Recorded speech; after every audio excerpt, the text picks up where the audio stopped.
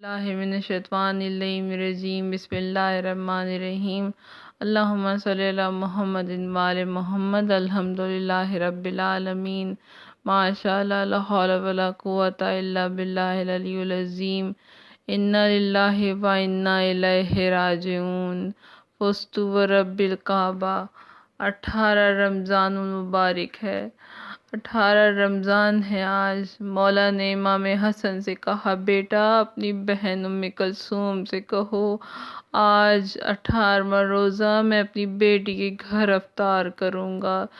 بیٹیوں کو باپ سے بڑی محبت ہوا کرتی ہے۔ ایک بیٹی کے لیے بڑا مقام ہوتا ہے کہ اس کا بابا، وہ بھی علی جیسا بابا، اس کے گھر افطار کرے۔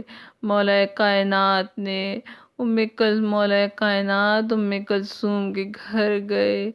بیٹی نے دسترخوان بچھایا، مولا نے جو کی روٹی اور نمک سے افطار کیا۔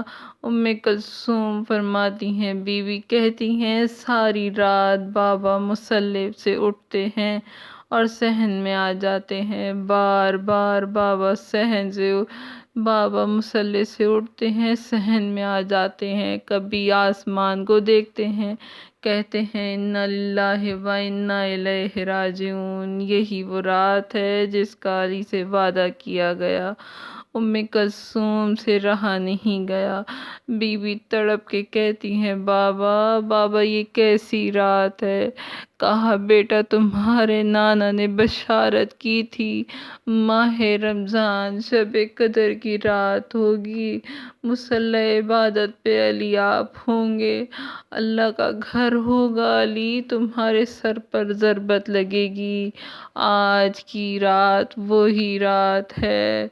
اللہ اپنے چاہنے والوں کو دولت اطمینان سے نوازتا ہے، اور دعا اللہ سے تعلق کا ایک مکمل اور بہترین ذریعہ ہے، اور آل محمد خدا تک پہنچنے کا بہترین ذریعہ اور وسیلہ ہے۔ مالک تجھے اہل بیت اطہار کا واسطہ، اس ماہ میں ہماری عبادتوں میں جو کمی کوتاہی رہ گئی ہو، بطفیل محمد و آل محمد تجھے اپنے کرم کا، اپنی رحمت کا واسطہ ہمارے گناہان کبیرہ صغیرہ کو مغفرت فرما۔ پروردگار، اہل بیت اطہار کے صدقے جتنی مستورات کہیں پر بھی موجود ہیں، جو بھی جھولیاں پھیلا کے تجھ سے گریہ کے عالم میں مانگتی ہیں، میرے مالک ان کی جھولیوں کو مرادوں سے بھر دے۔ حسین کا فرش عزا، اس سے بڑھ کر کیا ہوگا؟ مالک ہم تیرے گناہگار بندے ہیں، پروردگار ہماری تقدیر میں وہ سب لکھ دے